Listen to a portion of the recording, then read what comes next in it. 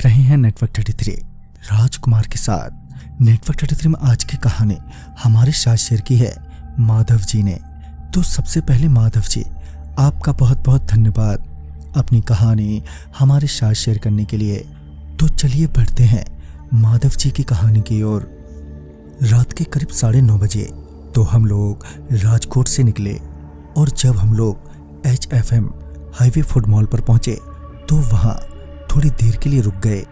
गाड़ी से उतरकर हम चारों दोस्त आगे की प्लानिंग कर रहे थे कि तभी हमारी बातें सुनकर एक आदमी हमारे पास आया और हमसे पूछा, बेटा क्या आप बड़ोदरा हाईवे से जाने वाले हैं?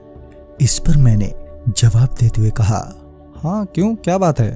तो इस पर वो आदमी थोड़ा अजीब सा मुंह बनाते हुए हमसे बोला, आपको पता नहीं है क्या बेटा, हाईवे पर जो चौकड़ी पड़ती है वहां से रात के वक्त गुजरना बहुत खतरनाक है।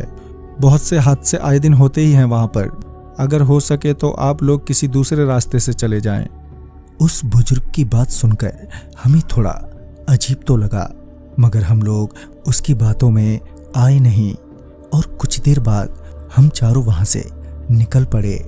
जब हम लोग बड़ोदरा हाईवे के उस चौकड़ी से गुजर रहे थे कि हमारी गाड़ी का बैलेंस बिगड़ने लगा। ड्राइव करते हुए मुझे ऐसा लग रहा था कि अचानक ही सड़क ऊबड़ खाबड़ हो गई हो और बड़े बड़े पत्थर टायर के नीचे आ रहे हों, जबकि सामने सड़क बिल्कुल साफ और सपाट थी। मैं अभी किसी तरह से गाड़ी को संभालने की कोशिश ही कर रहा था कि पीछे बैठा मेरा दोस्त एकदम से बोला, भाई ये मेरे को क्या हो गया है? मैं अपनी जगह से हिल भी नहीं पा रहा हूँ। मुझे ऐसा लग रहा है कि कोई मेरे को जकड़े हुए है। जब मैंने उसकी तरफ देखा तो पाया कि उसका चेहरा भी एक तरफ को अजीब ढंग से मुड़े जा रहा था। उसके चेहरे को ऐसे घूमते देख मैं शॉक में पड़ गया और तभी एक जोरदार झटके से मेरा कंट्रोल बिगड़ा और गाड़ी हाईवे से उतरकर एक पेड़ से जा टकराई। टक्कर इतनी जोरदार थी कि थोड़ी देर के लिए हम चारों का माथा सुन्न पड़ गया था। फिर मैंने किसी तरह अपने आप को संभालते हुए पीछे की तरफ पलटकर देखा तो मैंने पाया कि पीछे बैठे मेरे दो दोस्त अपना सर पकड़े बैठे हैं।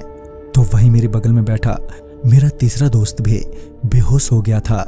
मैं अभी उस दोस्त को होश में लाने की कोशिश ही कर रहा था कि पीछे बैठे मेरे दोनों दोस्त अचानक ही जोर से चीखने लगे। वो दोनों चीखते हुए बार बार यही बोले जा रहे थे कि गाड़ी में कोई है और मुझे भी ऐसा लग रहा था कि हम चारों के अलावा भी कोई पांचवा भी इस गाड़ी में मौजूद है, मगर वो हमें दिखाई नहीं दे रहा था। पर हम उसे बराबर महसूस कर पा रहे थे कि तभी हमें कोई हमारी गाड़ी के चारों तरफ तेजी से घूमता हुआ नजर आया। उसे इतनी तेजी से मूव करता देख ये पता नहीं चल पा रहा था कि आखिर वो है क्या। मेरी नजरें अभी भी उसी पर जमी थी कि वो एकदम से कहीं गायब हो गया। मैं आसपास अपनी निगाहें घुमाते हुए चेक ही कर रहा था कि वो चीज कहां चली गई कि तभी एकदम से हमारी गाड़ी के सामने एक औरत उल्टी लटकी नजर आई, जो कि उसी पेड़ से उल्टी लटकी हुई थी जिस पेड़ से हमारी गाड़ी टकराई थी। उसे उल्टा पेड़ से लटका देख मेरी सांसें अटक सी गई थीं।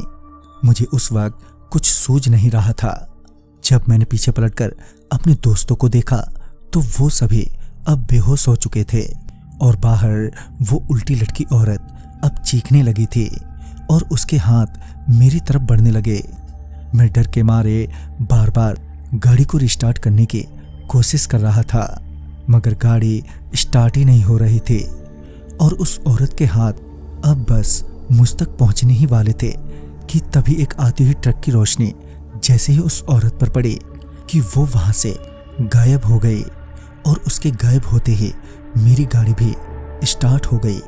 मैंने तुरंत ही गाड़ी को रिवर्स में लिया और सड़क पर लाते हुए गाड़ी को फुल स्पीड में वहां से भगाया। जब मैं उस चौकड़ी से काफी दूर निकल आया तो तब जाकर मुझे थोड़ी राहत मिली, मगर मेरे तीनों दोस्त अभी भी बेहोशी थे। और जब रास्ते में मुझे एक ढाबा और वहां कुछ भीड़ नजर आई तो मैंने गाड़ी रोकी। मेरे उड़े हुए होश को देखकर ढाबे वाले को ये समझते देर नहीं लगी कि कुछ तो गड़बड़ है। फिर जब मैंने उन्हें सारी बात बताई तो उस ढाबे वाले ने कहा, आपको उस आदमी की बात मान लेनी चाहिए थी। बहुत पहले यहाँ पर एक हादसे में एक परिवार के सभी लोग ऑन द स्पॉट मारे गए थे, मगर उनमें से एक औरत बच गई। पर जब उस औरत ने अपने परिवार वालों की लाश देखी तो वो औरत सदमा बर्दाश्त नहीं कर पाई और वो उसी वक्त मर गई। और तब से उसी औरत की आत्मा यहाँ से आने जाने वाले लोगों को ऐसे ही सताती है। ये सब सुनने के बाद मुझे मेरी गलती का एहसास हुआ। इसी बीच मेरे दोस्त भी होश में आ गए, मगर अब हमारी इतनी हिम्मत नहीं हो रही थी कि हम वहां से आगे जाते। लिहाजा हमने वो रात ढाबे पर ही बिताई और सुबह होते ही घर के लिए चल दिए। तो दोस्तों, इस कहानी में बस इतना ही। कहानी आपको पसंद आई हो तो लाइक शेयर करें और साथ ही हमें कमेंट बॉक्स में ज़रूर बताएं। तो मैं आपका दोस्त राजकुमार जल्द ही मिलूंगा ऐसी ही एक नई कहानी के साथ। तब तक के लिए बाय एंड टेक केयर।